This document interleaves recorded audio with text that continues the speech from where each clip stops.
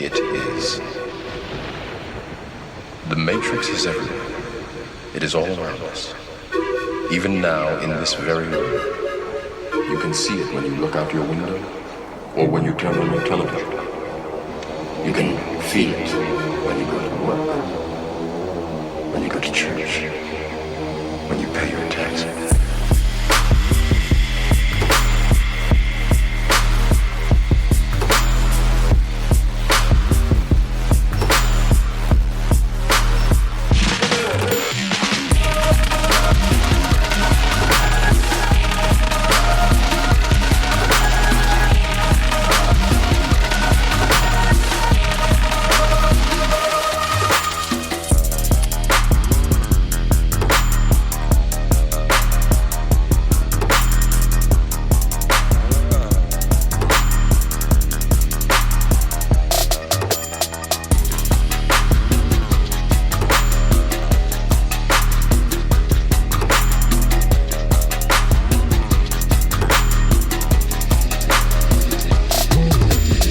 The world that has been pulled over your eyes to blind you from the truth.